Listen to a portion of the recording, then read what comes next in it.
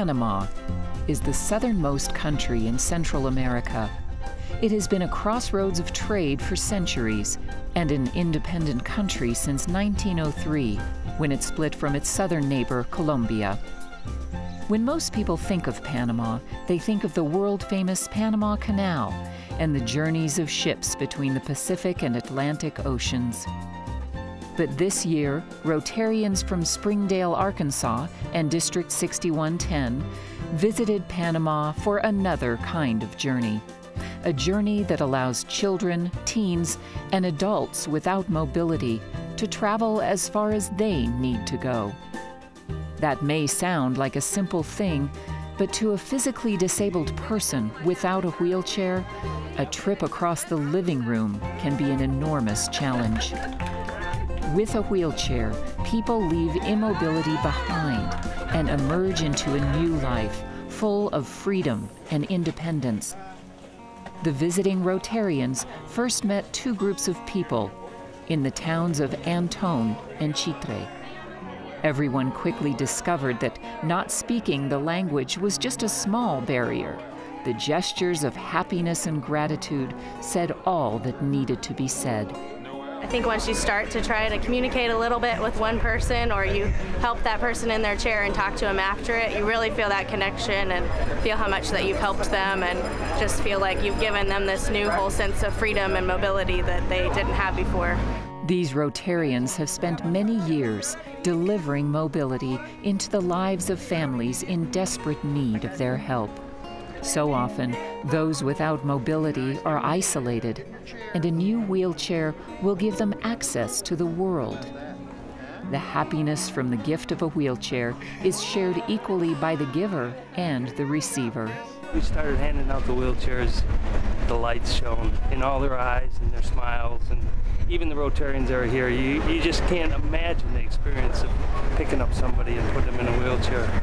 I would encourage anyone that has a chance to come down here, anywhere, Panama, Mexico, it doesn't matter. There's needs all over the world. In the town of Chitre, under a green awning, there were many people who would benefit from a new wheelchair. Omar was hurt in an automobile accident 17 years ago and has an older wheelchair. He's been paralyzed, but he's become a veterinarian, and he specializes in pets, small pets, cats, birds, dogs, but he also does large animals. And since doing that, he's also studying law. He's quite a remarkable guy and very self-sufficient. This couldn't be more delightful. Jose is 19 and will need a wheelchair to go to school and later earn a living. By receiving new wheelchairs, their lives were immediately changed in a very positive way. With every new person and every new wheelchair, there is a story of triumph and joy. Wallace has a heart the size of Texas, and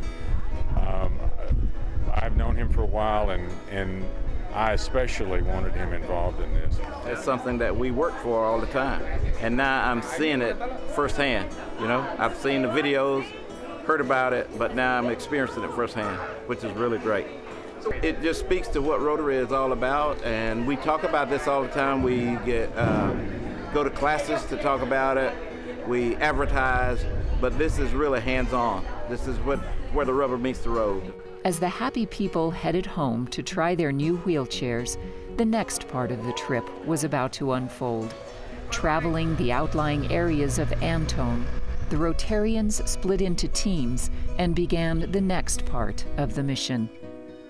Working with local volunteer guides, the team traveled up to 30 miles to deliver the life-changing wheelchairs. It is always incredibly rewarding to bring a wheelchair into a family's home and watch it have an immediate impact on their lives. This 87-year-old man suffers from chronic anemia and other serious health issues. His few short steps toward the new wheelchair ushered in a new life of greater mobility. This woman couldn't speak, but she still made it very clear what this wheelchair meant to her and the family. This younger, active man is getting a replacement for his aging wheelchair. He was more than happy to take it for a spin. Yes, thank A little further down the road, Andre also had an aging wheelchair. He's 35 years old. He contracted muscular dystrophy when he was 15, and so has been in a wheelchair, I think, pretty much since then. So his wheelchair was a little worn out, the one that was about 9 years old. We did not know how we were going to help him transfer chairs because he could not stand at all, but he had a pulley system, and he straps himself in, and his mother pulleys him up so that she can swing him around. And that's how we took his old chair out and put his new chair in. The Rotarians left knowing that this new wheelchair will help Andre, and especially help his mother. And you know that this is going on all over the world, whether it be wheelchairs, whether it be water wells, you know, whether it be providing a community with an ambulance or a new school, outfitting a room with computers or backpacks for the kids. It's happening all over the world. A few minutes ago was the beginning of a journey, but it went much farther than Panama.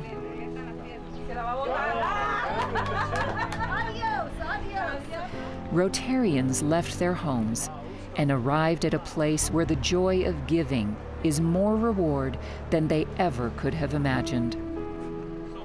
Smiles of true joy are priceless, but they are easy to see when people come together to help those who are less fortunate.